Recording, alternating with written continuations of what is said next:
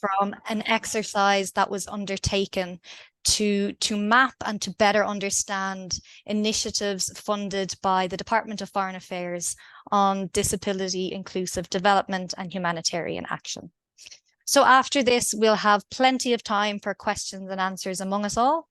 And following this, then there will be some sharing of reflections from the recent meeting of the Global Action on Disability Network, both from Paula herself and from Mary Kyo of CBM Global Disability Inclusion.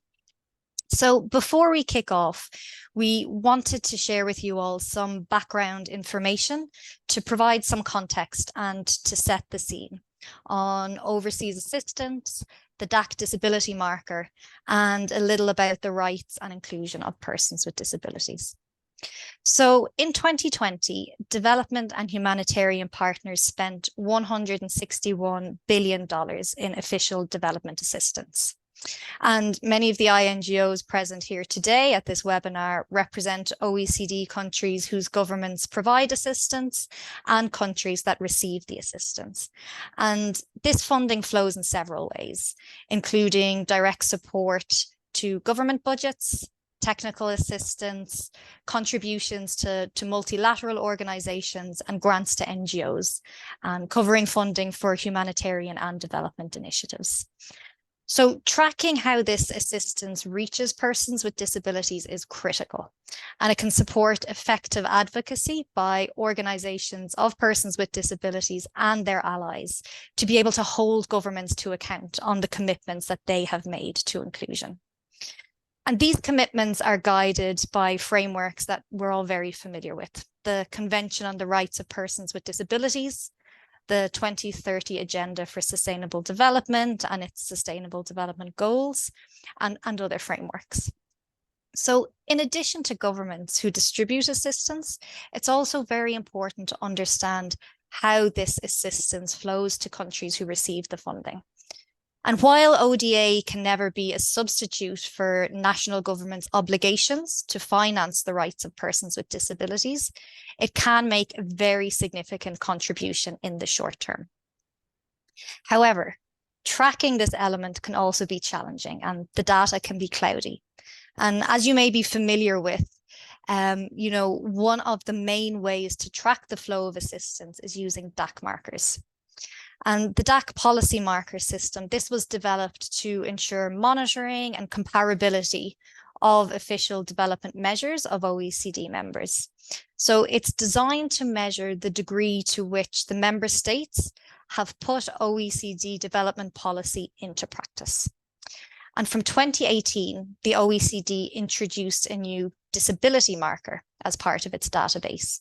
And this marker allows partners to flag whether their ODA spending aims to be disability inclusive.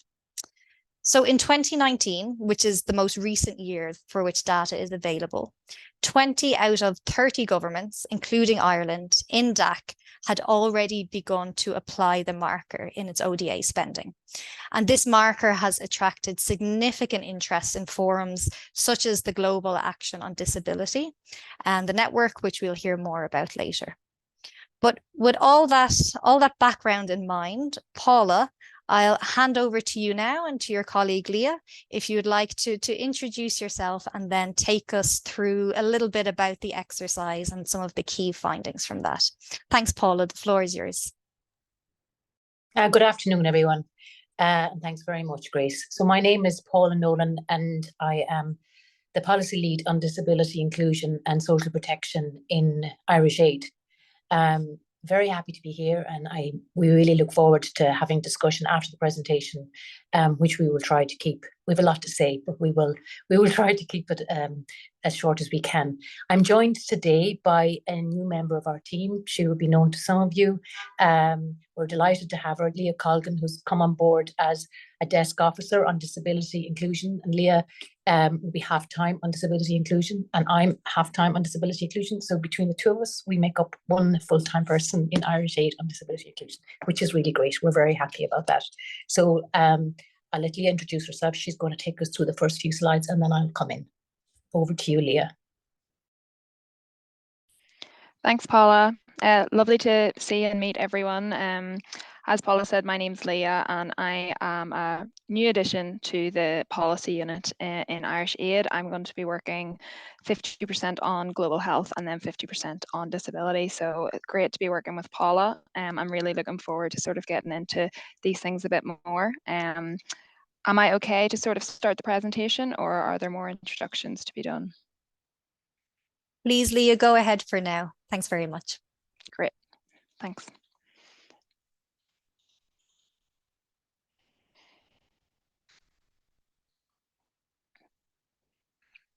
So everyone, as Paula said, I'm just going to be going through the few first slides, which are introductory, just giving some contextual information, and then Paula will go on to do the bulk of the presentations and speak about the finding of the mapping study.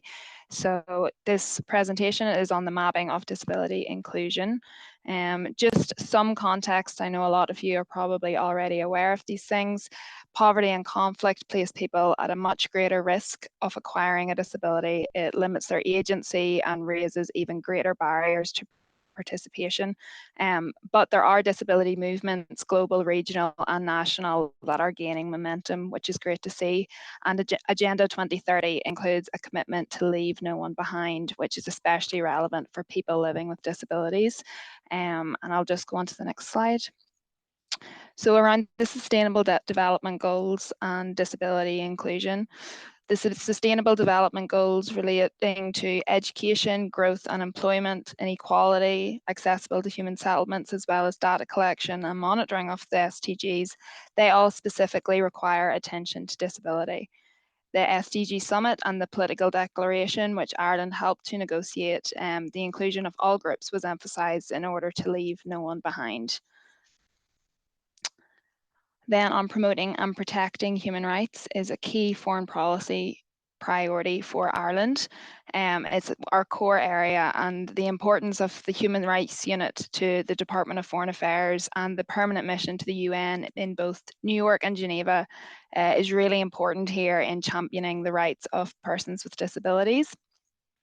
Ireland has also ratified the United Nations Convention on the Rights of Persons with Disabilities in March of 2018, and this is seen as a core part of our commitment to promoting and protecting the human rights of persons with disabilities.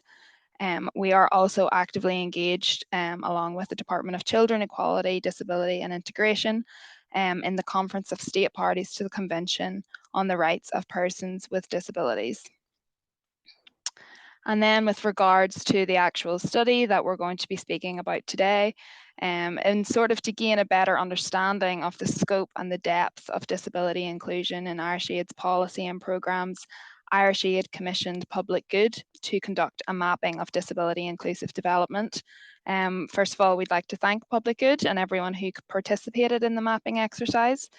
The resulting document provides a solid foundation upon which Irish Aid can build on, progress to date to enhance a system-wide approach to disability inclusion, and the report will be circulated in the coming weeks. So I will hand over to Paula now, who's going to take you through sort of the bulk of the presentation and the findings of the study. Over to you, Paula. Oh, thanks very much, Leah. I see you've gone on to the next slide. Thanks very much. So the headline findings of the mapping, the mapping analysis has confirmed for us that achieving disability inclusion requires a long-term and transformational culture shift in Irish Aid. It's not a new sector or a project. It's always intersectional, and it requires us to take a twin-track approach. There's a lot that we can learn from our work on gender equality. What we have to do doesn't have to be too complicated. Basically, Public Good have pointed out to us, the more that people with disabilities are included, the more sensitive the organisation ourselves, the more sensitive we become to the need for disability inclusion, and then the stronger the incentive is for us to embed it. There is a strong commitment to disability inclusion, as evidenced by, there's a lot of concrete examples in our international engagement, in our policies, in our programmes and in our projects. The mapping shows that progress to date needs to be built upon, as currently Public Good would see that what we're doing at the moment does not amount to a disability inclusion by design. It does not amount to a system-wide disability inclusive approach. And there's a lot we can do to progress that or to move towards it. And there is there's a recognition of the need for internal capacity building and training to make ourselves more accountable. Next slide, please, Leah. So just going into a little bit of detail on those key findings. First of all, in relation to our policies and our budgets. So in the current policy, A Better World, and in the previous one, One World, One Future, the mapping found that they're very conducive to disability inclusion, both specifically reference disability. And in the current policy, the core principle of furthest behind first provides us with a very good opportunity and a framework under which to build a stronger disability inclusive focus. There is explicit reference, as I said, to disability inclusion in A Better World, but the links between what we do, our commitment to disability inclusion and the furthest behind first should be built upon. Next slide, please, Leah. Oh, sorry, one other point in relation to that ODA budgets and annual plans also, in addition to the policies, would need to focus more explicitly on disability inclusion. Thank you, Leah. Next slide, please. So a lot of the report, probably most of it, focuses on, and it's a welcome focus, on just trying to unpack what we're spending on disability inclusion. And for that, Public Good used the DAC marker. So I'm not sure what the audience's knowledge is today of the DAC marker, but just very quickly to say that all payments and all grants are tagged with either a 2, a 1, a 0, or a not targeted, where 2 is that grant or that payment is focused specifically and primarily on disability inclusion. A score of 1 means that there's a significant focus on disability inclusion. A score 0 means that there's no visible significance or principal focus on disability inclusion. And then a not screened means that it hasn't been screened. So applying that marker to our ODA is new for us. It's something that, as Grace said, we've only recently started doing. And it's provided us with lots of very useful information, including the information that we need to improve our own capacity internally on how we use it. So basically, the main headline findings from that analysis using the marker is that in 2020, 32% of our ODA was disability inclusive. In 2021, that has fallen back to 24%. In 2021, also 6.3 million or 1.2% of our bilateral aid had disability as a principal and primary focus. What we've noticed from that is quite common with the other policy markers, and that is that in guidance and training on its use is very, very important.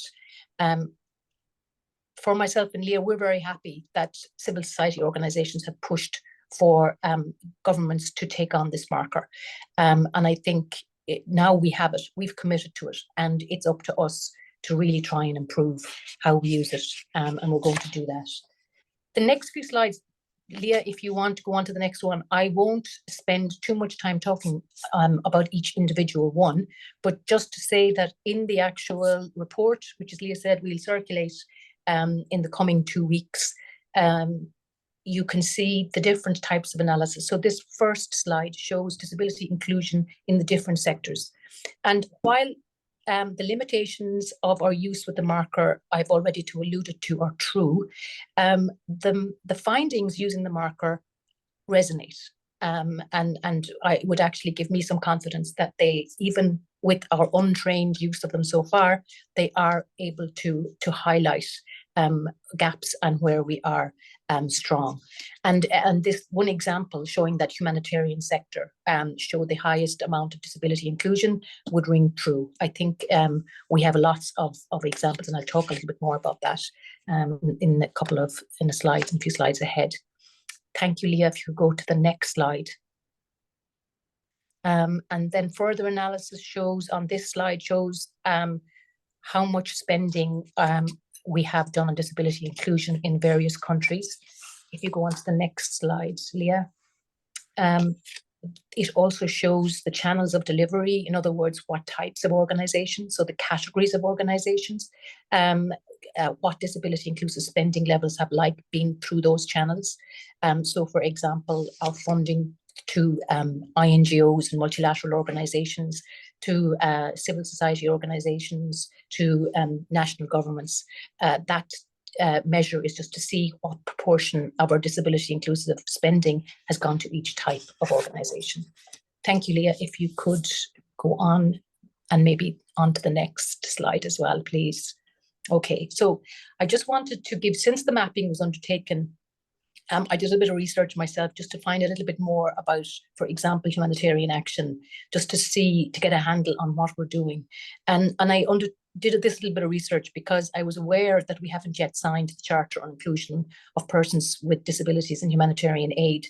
And I'm not entirely, I don't have very much information today on where we are with that. But I think it's important as well just to know that despite that, it's actually the area where we're making the most progress on disability inclusion, and where we're actually lobbying fairly strategically in the international arena around this. So the mapping showed that 43% of our humanitarian assistance was marked for significant in terms of spending on disability inclusion, which is quite good. I think the important points, though, are around the need for better accountability within the UN structure for disability inclusion in humanitarian action. And many of you may be familiar with the Interagency Standing Committee. It's the main overarching framework for UN agencies for coordinating UN agencies' response to humanitarian disasters, and for quality control, if you like, of humanitarian response by UN agencies.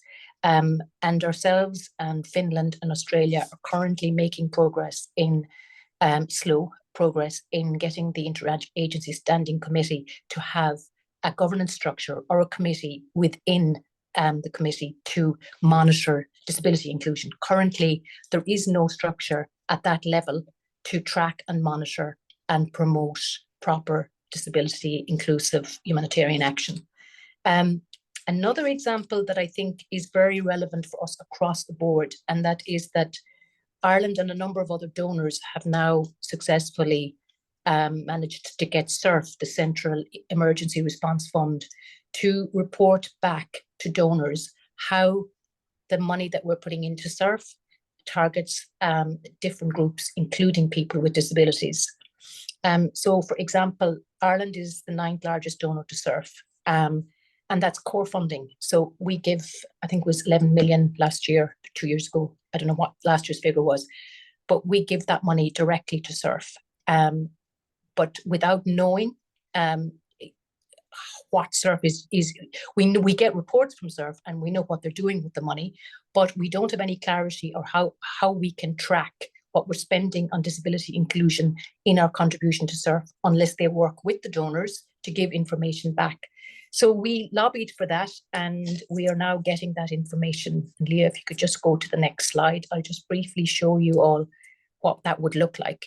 So with this type of information that we're getting back from CERF, we can see that with our large contribution, 67,000 people with disabilities were reached with humanitarian action as a result of our contribution.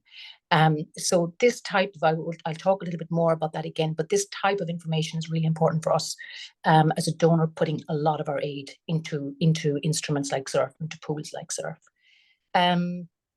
Yeah, thank you. Yeah, if you could go on to the next slide.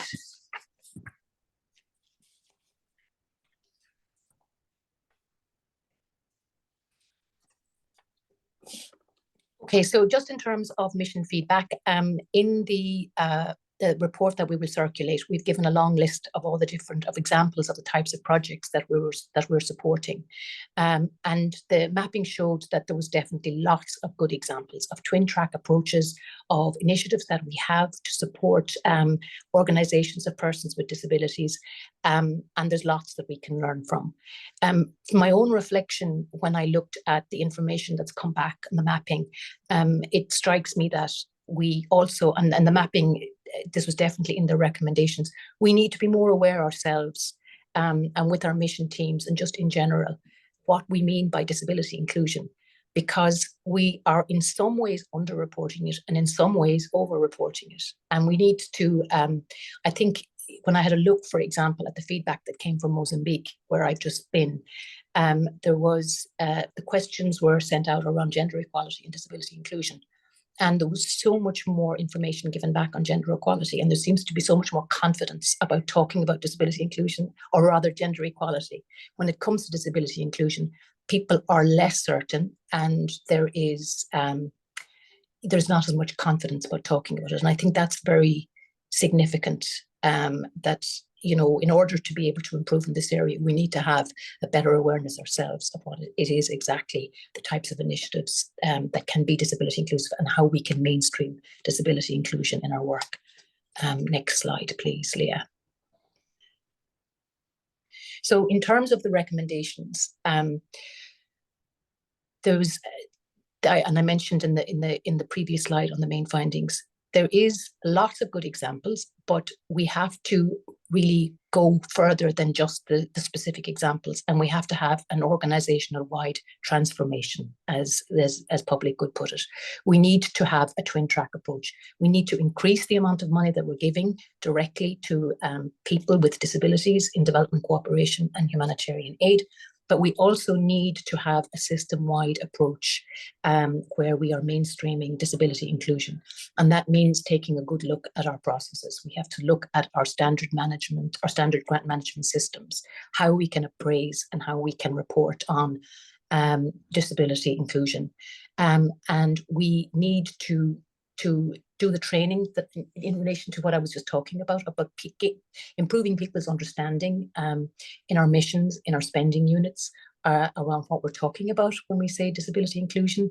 To some of us, it might seem like it should be obvious, but actually people, as I was saying, don't really have the confidence to talk or to kind of interrogate it. So a lot of training, a lot of capacity building.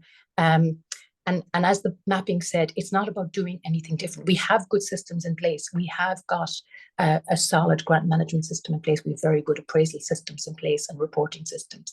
It's just about looking at them and trying to build in disability inclusion parameters within those systems. And I think the mapping also saw, and it's good that they did that. We're good at influencing. You know, we're good at sitting around the table with donors that might be putting way more money into something than we are, and yet using our voice very strategically. And we in a lot of those forums, we can provide a very credible and agenda-free voice. And I think that we can really use that more in terms of disability inclusion. But as part of that, we need to kind of deliberately look for the types of interactions that will both build our capacity and also support voices for better approach to disability inclusion. And I'm talking about the likes of Finland, Australia, and others. And also, I mean, this particular network, other civil society organizations. So we need to kind of not just improve our own capacity, but actually seek out partnerships and opportunities for dialogue with country governments that are very good in this area, and also with organizations that have technical skill and experience in this area. I think that might be, maybe there's a couple more. Leah, do you want to take me to the next slide, please? Yeah, so just to say a little bit on what we've done since the mapping. We've developed Lines to Take, which are an internal tool that we use for exactly what I was talking about, to raise a bit of awareness, to give information to our colleagues and to our missions and to our spending units about what we're doing in disability inclusion, and also giving information about, for example, this mapping and what we're going to do next. We have Leah, where I introduced you to already, which is fantastic. And Leah and myself will be able to work together to advance a lot of the recommendations of the mapping. the mapping report itself, it's finalised, and we hope we can circulate it. We will circulate it before mid-November. I mentioned already in the previous slide the need for engagement and finding new alliances and opportunities to dialogue with those that are really taking this very seriously. Finland, for example, have an ambassador level position full-time at HQ on disability inclusion. Australia are about to launch their new strategy, and it's got 3 pillars, and one of the 3 pillars is completely related to disability inclusion. So there are 2 donors for us to link in with. And yeah, I attended the GLAD meeting last week. It was a great chance for me to meet other organisations working in this area and to meet other donors. And we will keep up attendance at GLAD, at the likes of the GLAD network, but also other key disability networking events. And as some of you will know, we also did an appearance a couple of weeks back to the Oireachtas Joint Committee, which was a very positive experience for all of us actually internally, in terms of just taking stock and reminding ourselves of the progress that we have made and also what we can do further. Leah, if you just take me to the last slide, I think. Yeah, so a lot of this, I won't repeat myself. On the 3rd bullet point there, I've talked about exploring a global partnership. I do think it's important that we look for some funding instrument that we can support, that we can use to support disability inclusion at a global level. I think we've a lot of experience in Irish Aid of sitting around the table with other donors with money, and there's a lot that goes wrong in those big global funds, but there's also influencing opportunity that's very hard to measure. So, for example, around the Global Partnership for Education, around the table at the Global Fund for AIDS, TB and Malaria, it's not just about the contribution that we make, but it's also about the priorities that we can push at those fora.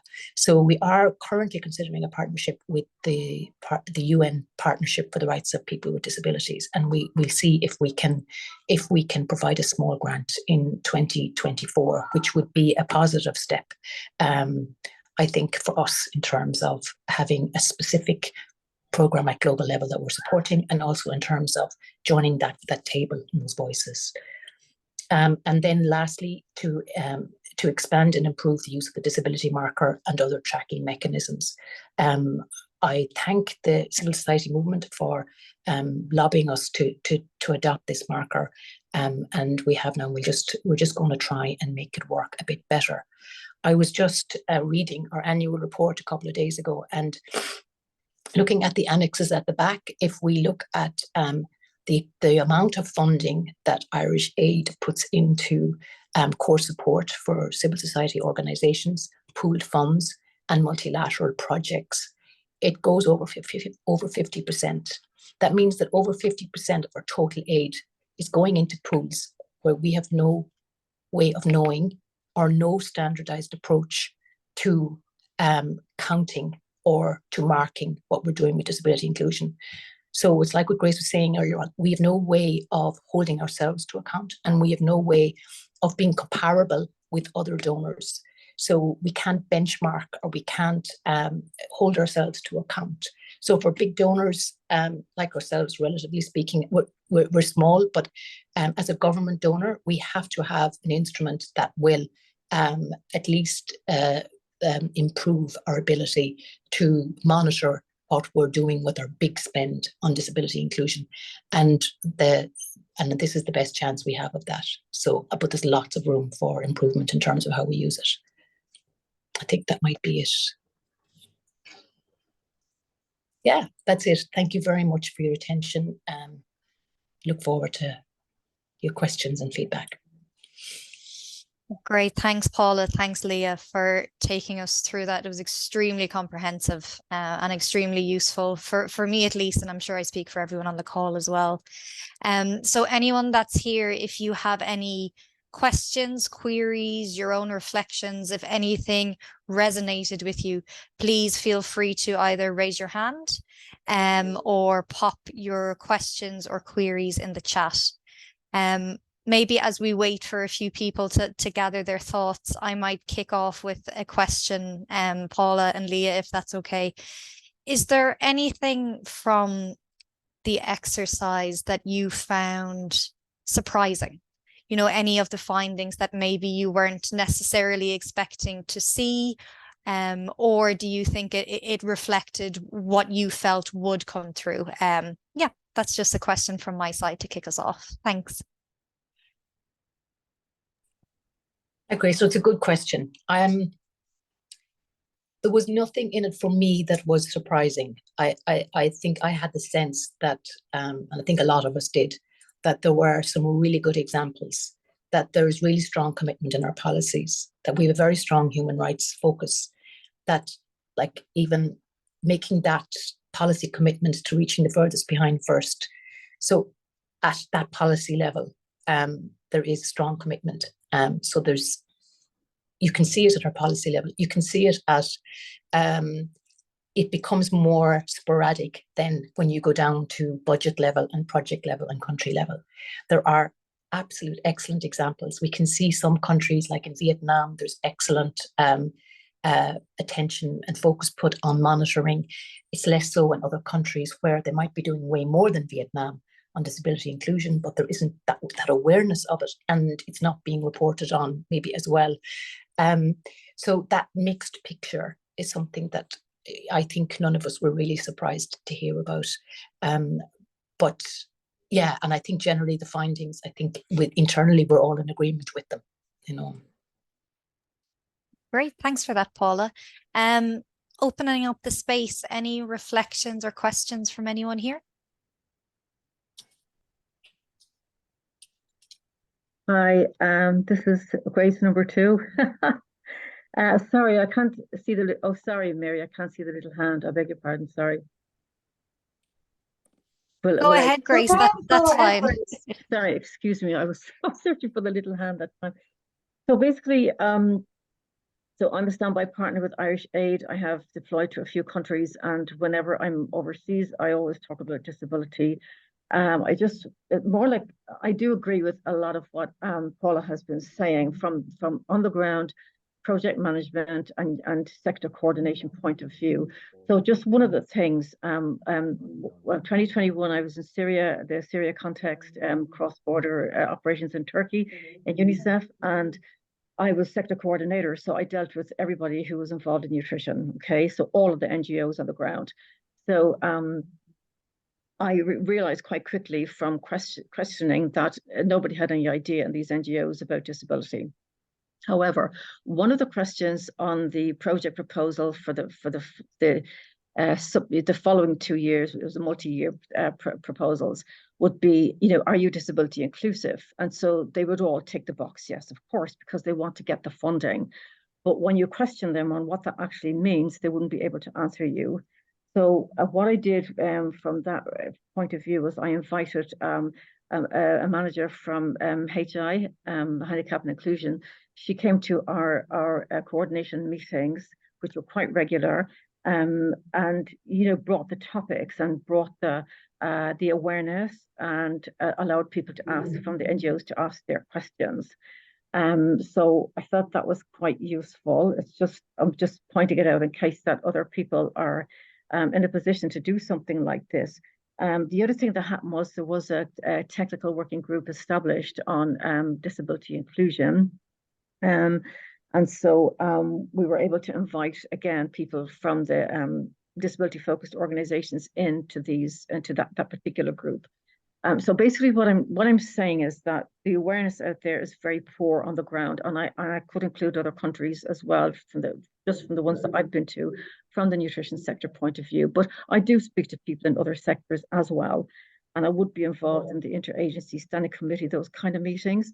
And so my general impression is awareness on the ground is very, very low. And I also agree with this whole idea of the marking, because if you look at things like gender, the project proposals have the gender age marker, and people would have been using that and become much more efficient at that and much more aware. The gender has had more profile, a stronger profile. And the other thing that I find is the actual disability data collection. And I do appreciate that in recent years, we're using the Washington Group set of questions and all of that. However, a lot of our reporting is lacking because we're not actually literally collecting the data on disability. We don't have disability disaggregated data. And so that's another area that's really challenging. I'm happy to see that this marker's coming in for the funding end of it, because like I say, the NGOs will tick all the boxes and say, yes, we're doing X, Y, and Z. And if you're like a few levels removed, if you're at the top and you're writing reports or whatever, you're just going to see all the tick boxes, but you don't really know what they're doing or how they're using the funding. So I think there's that disconnect between those at the top and those working on the ground. So sorry, those have just kind of off the top of the head reflections, Great, thanks so much, Grace. Paula, Leah, if it's okay with you, we might take 2 or 3 reflections or questions together and then hand the floor back. So Mary, you had your hand up originally. Do you want to go ahead, and then Ruben, will come to you if that's all right? Yeah, thanks. Thank you. Thank you so much, Leah and Paula, for this opportunity today to hear you give this feedback. It's really great, really encouraging that you've to have this meeting. Just, I suppose, building up a couple of things that Grace had said about the awareness being very poor. We work with the membership organisation, and more recently, and we are using the DAC disability inclusion marker as well. And more recently, maybe and last year, developed a disability inclusion policy at the end of the year before. And would be recommending to members that they talk to organisations, people with disability, when they don't have experience in education or in construction or different types of projects and livelihoods, to get an insight from there if you feel like you don't have the knowledge, you don't have the awareness and the understanding to have those conversations. So really, really practical position to take. For somebody to have those conversations, to get informed. I suppose the thing one of the things that'd be interesting to just hear a little bit more about. I mean, you've brought it up. It's one of your priorities, just about the guidance, both on the guidance, developing guidance on advancing the disability approach you mentioned there in your priorities, and really interest on improving the use of the DAC marker as well. So again, thank you so much. And there were just 2 observations and thinking forward. Great, thanks, Mary. Ruben, we'll take your question as the final one in this round, if that's all right. Go ahead. Thank you all. That's a great presentation. Just one clarification question. In one of the earlier slides, I thought you said that we'd fallen back on the allocation on the disability markers. And I just, whether I heard correctly or incorrectly, just that little clarification. And just follow up something that Grace said around the coding and the disconnect between the coders of the funding and the overall marker. So I know in Irish Aid for Climate, they held a workshop or a half-day session on coding. And I think maybe not as long because it's maybe less complex, but a little bit of clarity or a little bit of guidance around that coding, because I think, as Grace also said, what actually happens on the ground, the use and the quality of the programming, the targeting, the programming is very varied. And so having that, improving that connection between the two is as vital as coding correctly or coding fully. So the Irish government has traceability. And fantastic to hear that there is a pressure to the UN to code better to accountability, given 50% of the money of the ODA money from Irish Aid is going to the UN. It's great news that the pressure's there. Thanks. Wonderful, thanks, Ruben. Paula, Leah, over to you both if you want to reflect on any of those questions or queries or reflections. Thanks very much. Hi, I might start, and then Leah might have something to add. So actually, there's lots of really good suggestions there, and a lot of very simple, practical things that, as Public Good said, you know, it's not about making things complicated. It's just about doing more of the basic stuff. And so I'm sorry, I forgot the name of the person who made the first question. But you mentioned about just while during your humanitarian work with UNICEF on nutrition, that there was low awareness, and you got Humanity Inclusion to give you some training, and that is exactly the type of initiative that's really important. I saw it myself in the humanitarian response in Mozambique and also in Zimbabwe. Humanity Inclusion, organizations like Humanity Inclusion can play a very important role, and sometimes organizations with single mandate, when they're in the context of humanitarian response, have to take a more general look at things, but calling them back on their core mandate to give training to others that aren't as well trained on specific areas is really important. So Humanity Inclusion, having them around the table of the International NGO Forum in humanitarian contexts is really important.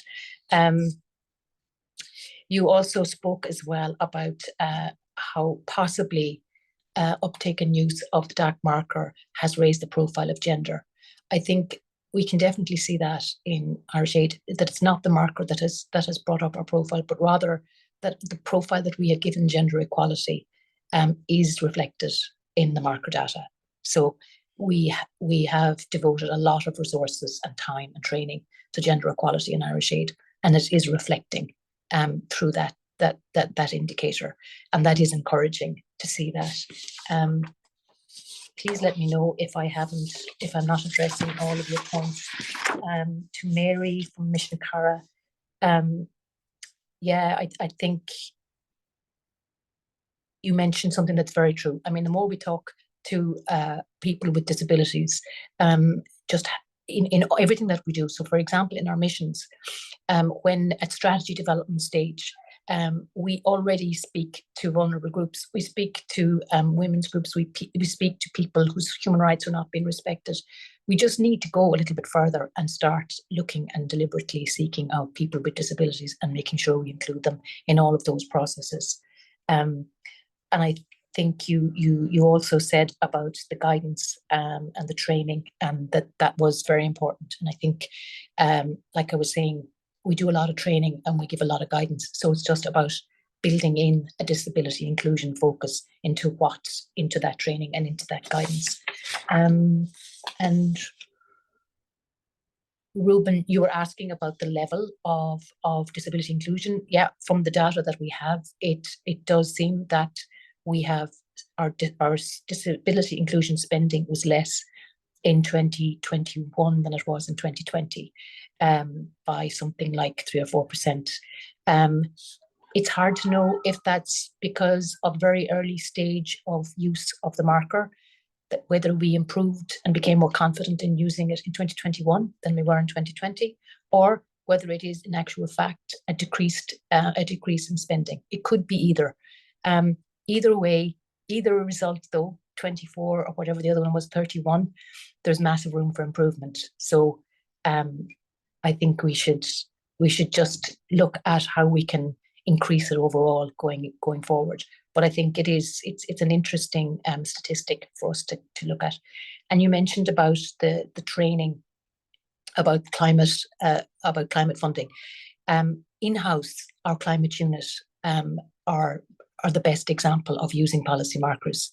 They provide regular training, they provide guidance, they're really, really good at it. And I'm going to speak to them actually in the first instance to build on what they've done and extend it to the disability inclusion, because the positive thing about all of these markers is that the same scoring system is used. So it's, if you know how to use one policy marker, you should be able to use another, as long as but you have to be involved in that policy area to be able to make the call. But the actual basis of the scoring is the same. So we are doing it very well for climate financing. We do it well for gender equality. So we just have to do it for disability inclusion. And another new one is nutrition. So we're also at that stage with our nutrition spending in making more and better use of the marker in that area. I think, let me know if I didn't cover all those questions, but I think. Leah, I don't know if you have anything to add. Yeah, I mean, I think you covered it pretty well there, Paula. But I suppose just to reiterate that the study did confirm a lot of what we had thought, and a lot of your observations are in relation to the dark marker. I think specifically Grace was mentioning where the sort of NGOs were ticking the box that they were disability inclusive when they weren't, and that is something that myself and Paula have discussed. So the focus is really upon expanding and improving that instrument and going forward. But thanks all for your questions and observations. They were great. That's great. Thanks, Paula. Thanks, Leah.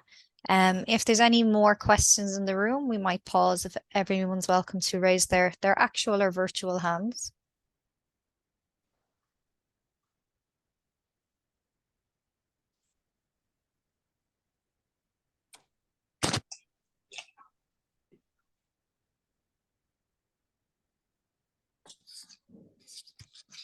Okay, well, if there's no other questions for now, we can move to the next segment. And then if anyone thinks of anything over the course of the rest of the webinar, please feel free to pop it into the chat. And if we have time, we'll come back to it. So just at the end of this segment, Paula and Leah, thank you so much for really walking us through that and sharing your reflections to some of the questions here from the room. So we appreciate that. So what we wanted to do in this segment is to move into a sharing of some reflections on the recent Global Action on Disability, or GLAD, network meeting from both Paula Nolan and from Mary Keogh, who is the Advocacy Director of CBN Global Disability Inclusion. So just by way of background, the GLAD network, it's a coordination body of donors, of foundations and key coalitions of the disability movement, such as the International Disability and Development Consortium in Europe. And it has a common interest in achieving inclusive development and humanitarian action. It's currently co-chaired by the International Disability Alliance and the US Department of State. So Paula Nolan from the Irish Aid side and Mary Keogh as Vice Chair of the International Disability and Development Consortium attended this meeting that took place in Brussels. So Mary, if it's all right with you, we might start with you firstly. Firstly, to introduce yourself to the group and then to share your reflections from a civil society or an advocacy perspective. And then Paula, we might come to you for your reflections from a more national or government perspective. So Mary, the floor is yours. Over to you. Thanks, Grace. And hi, everyone. And great to see Paula after spending a couple of days together last week at the GLAD meeting. So yeah, I mean, and also to introduce myself, sorry, first of all. So as Grace said, Advocacy Director at CBN Global Disability Inclusion. My attendance at GLAD was with my other hat of what's called the International Disability and Development Consortium, which is the network of disability INGOs that work around a common core areas of work related to development and humanitarian. And within that network, there is a number of shared working groups with the GLAD network, which I'll speak a little bit to at the moment, in a moment. So in terms of reflections, I mean, it was a busy week. It's usually a very packed agenda. It starts off fairly much from a kind of a high level ministerial perspective in terms of who's co-hosting. So this year we had the European Commission co-host along with IDA and along with the US State Department. And very much kind of, you know, that sets the scene for the week in terms of kind of the key areas to be discussed. So in terms of, from a civil society perspective, the way we attend usually is as a delegation that comes from the IDDC network. And as I said, there's a number of working groups that the IDDC actually co-chairs and co-convenes with GLAD. So this is actually really positive because it gives a great opportunity for CSOs to be able to sit with donor governments and also UN agencies and foundations to talk about key thematic areas. So the main areas in terms of those working groups are inclusive health, which really looks at the whole work of the World Health Organization and just broadly in terms of what inclusive health looks like, looking very much at the various different resolutions that have come forward and how to take them forward. The inclusive climate action group is another group which basically looks at the whole area of donor governments, foundations, and UN agencies work on climate action. This is a new group. So as co-chair of the Climate Action Working Group in IDDC, I also co-chair this group. And it's very new and emerging, but also very there's a lot of momentum and discussion around how can, we start to make the connections around climate and disability, the intersection. So then the other key the other working groups are inclusive education, which really focuses around, major global initiatives like the GPE and other areas around looking at inclusive education investment. And then the fourth main working group is what's called the Gender Equality Working Group, and that's chaired by the Ford Foundation and basically pulls together a number of key actors that are interested in gender. So, I mean, similar, like the thematic areas are relevant, obviously to a lot of development organizations. And as I said, the interesting part is that some of the CSOs, so ourselves as IDDC, get the opportunity to co-convene and work on various different campaigns. So, for example, for the Inclusive Climate Action group, there's, looking at a coordination around COP. How do we get, the friendly government states that are very progressive around disability inclusive climate action working together, and also looking at potential side events. So, and this happens across all the thematic areas. So there's one, for example, for the Commission on the Status of Women during CSW week, and there's ones at other key opportunities. So from a CSO perspective, I think it gives really the opportunity for sharing and learning and being able to share, because I think a lot of what we get relied upon for is the practice on the ground and the good practice that we can bring and be able to share that. And that dialogue, is quite constructive. And I think I suppose some of the key takeaways from this particular one, because every year there's, different themes. One of the panel discussions was really around, the crisis, the crisis for development funding in general. So looking at, how do donor governments, make sure that they're meeting their priorities around disability inclusion, while also, understanding and recognizing that the space we're working in at the moment has dramatically changed. The percentage of development aid budgets which are being used, differently from how they were being used before. So all of that kind of discussion, and also where does disability inclusion fit within this? Because one of the key concerns is, when you have disability inclusion as an add-on, it's usually the first to go in terms of when there are budget cuts. So there was a lot of discussion around how to protect that and how to ensure that, the disability community in the countries that we work in are not impacted by that. So that was, I think, one of the key important takeaways, and there was a lot of a good discussion around that. And I think it links to Paula's piece around the DAC marker and the importance of the DAC marker, of being able to really start tracking. One of the part of the sharing, there's usually like a community of practice sharing session. So we had an opportunity, two of us from the IDDC, ourselves and Sightsavers, had an opportunity to share around the importance of the DAC marker as a key instrument for really trying to promote advocacy and developing that evidence base to be able to, to be able to promote and encourage further investment in disability inclusive spending. So all in all, it was a good week. It was very busy. I'm sure Paula will agree with that. It's a lot of networking. It's probably one of the opportunities to be able to network with a whole group of people together that are connected around the thematic area of disability outside of the Conference of State Parties, which happens in June at the UN. I think one of the interesting things is that the majority who attend are really strong disability champions. And there are champions in their own right, in their own agencies. And one of the things I continuously ask is, it would be interesting to see if the senior leaders of these agencies could attend at some stage, because I think that also would be an awareness raising piece to see how to see this group that's so active and so encouraging around disability inclusion. So yeah, so I might just leave it at that and hand over to Paula.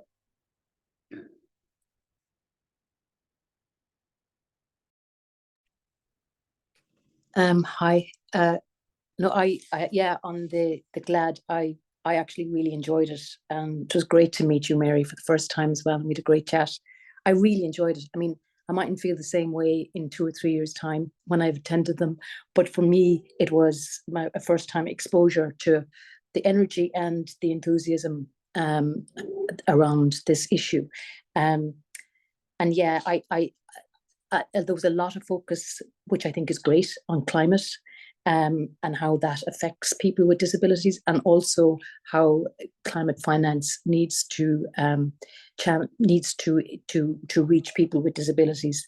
I was struck, as I am in a lot of meetings I go to these days, about the focus on humanitarian, and I think it speaks to the growing humanitarian need and just how much of our time and our programming and our discussions are around humanitarian action, and that isn't going to change anytime soon with recent developments.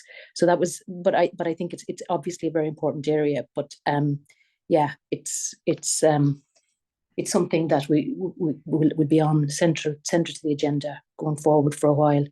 On education, I didn't actually get to attend that one, Mary, and I might get back in touch with you, because I think looking at the big social sectors is very important for Irish Aid, particularly education and health. So I might actually get back to you bilaterally just to learn a little bit more on those. I attended a very good workplace session, and I originally thought I was attending a session on employment and disability, and it turned out that was the focus, but it was about internal workplace standards, and it was actually really enlightening. And there was a great discussion around how UN organisations, donors, through our embassies and INGOs, we need to be promoting people with disabilities into positions in hardship postings in countries that we shouldn't be shy about encouraging and promoting participation of people with disabilities in key positions in our agencies. And that sometimes there's a focus in our workplace policies on access and on making sure that people with disabilities have access to their workplace, but that it goes much beyond that. There was some excellent inputs from UNHCR and other agencies that are taking this issue really seriously in trying to increase the participation of people with disabilities, their staff members with disabilities, in positions that are more at the front face of their work. So for me, and the big thing, like you said, Mary, was networking. It was a really good opportunity for me to meet with other governments. Particularly, I met with colleagues, counterparts from the US, from Australia, from BMZ Germany, and from Finland, and of course lots of other organizations as well. So yeah, it was Great. Thanks so much, Mary, and thanks, Paula.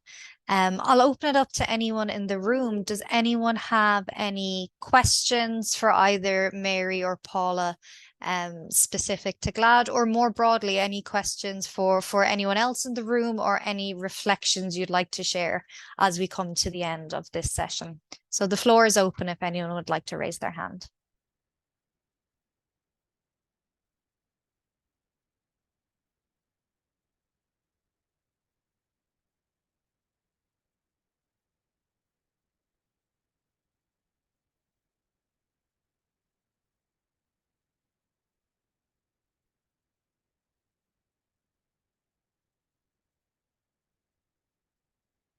This working group is usually quite chatty, so my impression is that your delivery was extremely comprehensive, extremely comprehensive.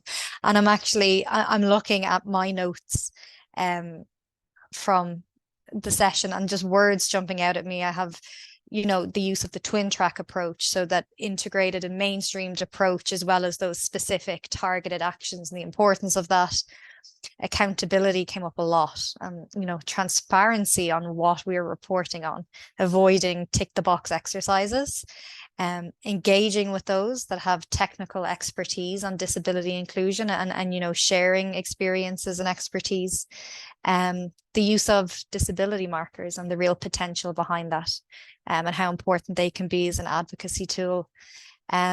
again, as Grace had mentioned, the importance of having that connection and understanding of the actual work on the ground, making sure that's well represented, and so much more. Who we engage with, who we use our voice with to influence, training, guidance, confidence, leadership, visibility on this and more. So yeah, I really think we've covered so much, but just before we begin to wind down, is there anyone who'd like to share some thoughts or reflections? Please, the floor is yours, so go ahead. Dóchas, over to you, please. Thanks, Grace. No, I was just thinking about what Paula was saying, you know, about the RCA annual report and what you can see in it in terms of funding, but also interesting is looking at the annual report. You know, there's 5 or 6 pages where RCA really promotes its work on gender equality. And while I didn't read the report with a fine-tooth comb looking for reference to disability, I don't remember even seeing any. You know, so I suppose as an objective from our side, it'd be great to see, you know, disability getting recognised as an area of work in an Irish Aid annual report, just as an indicator of that commitment that is coming through. Yeah, I think, you know, like I would echo what Dóchas was also saying. I did recall just a couple of examples that were featured in the report that that spoke to the work directly in the mission, and not so much from work within the sector itself with the INGOs and all of that. So there is a clear, I guess, challenge even from the sector itself to ensure that we are communicating that piece of work to Irish Aid, but also capturing it very well in how we report. Because as you would have appreciated, when we do the reporting, for instance, for ICSP or PG2 or HPP previously, there's an extended spreadsheet of different markers that we have to comply with, and that can sometimes get drowned in terms of the rigor of the process for identifying, you know, the different sets of markers according to the disability marker. Again, the point about what Ruben is saying in terms of there may be a good opportunity to engage in a learning space, for instance, just like what we've done on the Rio markers for the climate, to really get a sense of our grasp on the disability markers itself, so we can be really, I guess, true to how we are using those markers in the way we would report. But again, you know, like from our side, it's really, we have the data and the statistics, but we also have stories that we could tell. And so those two aspects should be complementary in how we communicate our advocacy and our work around disability and inclusion. So that was my takeaway. Thanks. Thanks, Welma. Thanks, Dóchas. I think really important insights and some really practical suggestions as well. And I saw a lot of heads nodding in the boxes on the screen. So Ruben, if you want to add to that, and then maybe Paula, will come to you if you have any sort of final reflections on these comments. Ruben. Hi, sorry, it was quiet, so I stuck my hand up again. My apologies. It was back to Mary or Paula. I'm just interested to know at this GLAD meeting, was there much representation from people with disabilities from the South? It seemed like quite a high level meeting. Just coming back to it, we've spoken a lot around counting, measuring, everything from our end. Just be interested to hear, was there much feedback from the people at the other end, often that we're trying to target? Comments, you spoke around climate, seemed a fascinating area. I've got still struggling trying to work out, is that loss and is that adaptation and the fact they're more at risk, or is it something bigger? I'd just like to hear any comments from people from the South. Thanks. Yeah, I can take that, Paula, if you want. So within the International Disability Alliance. So the delegations that go are quite set in terms of just kind of the structure of managing the meeting as a network. But one of the key partners is the International Disability Alliance. And within the International Disability Alliance, there are a number of regional organisations that are involved at also national levels. So there was representation there from the Arab organisations of persons with disabilities. There was, I think, I'm trying to remember other colleagues that were there also, but I mean, certainly not to the extent that it would be a very big representation piece. But there was plans in the making or thinking about actually having one of the GLAD meetings within the global South country in the coming years. So I think that's something that, could possibly take place. And for the climate piece, just to answer around that, I think a lot of where the disability champions are coming from, this is one of the things around bringing climate champions into these conversations as well, because we end up in nearly sometimes a siloed approach, having a disability inclusion discussion around climate action without actually, looking at the actual technical side of the climate action. So that's one of the things that we want to try and focus on going forward, is looking at making those technical connections within the agencies themselves that are coming to the meetings. Yeah.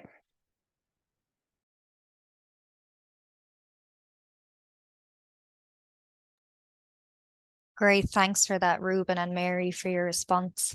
I guess one final call, maybe if there's any other burning questions or queries that anyone has.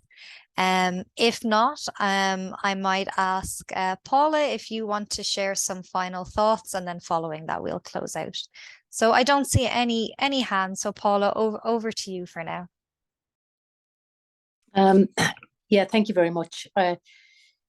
It's been really nice. I hope we didn't bludgeon you all into silence. It was a bit technical in spots.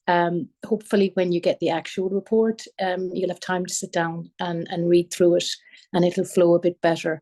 But just to thank everybody again for your participation in the exercise. It's going to be very useful for us. And I would welcome interaction with you on the findings when you get the report. Please feel free to reach out to myself or Leah. And just on the point that Dóchas made, and also my colleague from Oxfam, sorry, I didn't see your name.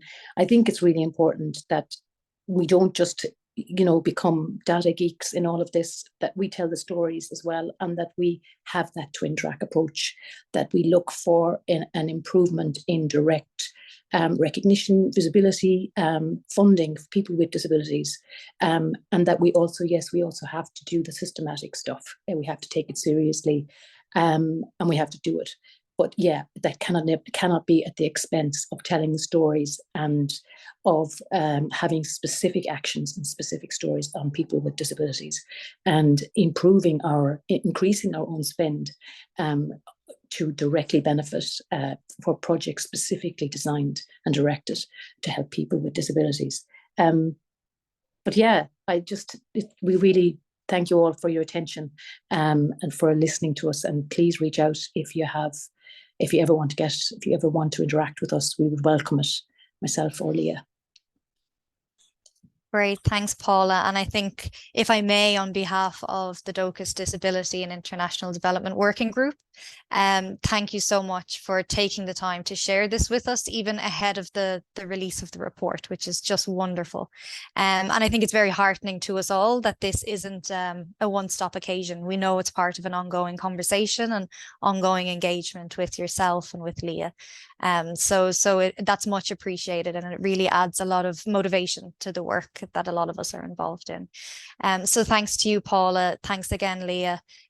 Dr. Keogh, thank you so much for joining us. To everyone who took the time to sit in to listen on this, we hope you found it useful. And from our side, thank you so much. And Gillian, from the Dóchas side, you might just close us out for the day. Thanks so much, everyone. Yeah, really, just to repeat what you said, Grace, great to get so many people in the room, and there's such wide interest, of course, in this topic, and it's fantastic to just have that little preview from a detailed preview from Paula and from Leah, and good to also put a face to Leah, for everybody to meet Leah in the group, because I don't think we've met you before, and it's great to hear that you are on board also on the disability team in Irish Aid. So yeah, once again, thank you to everybody, and hopefully this is the start of an ongoing conversation. And we leave it there. Thanks everybody. Thanks, Take care. everyone. Bye. Bye-bye. Bye. Thanks. Bye.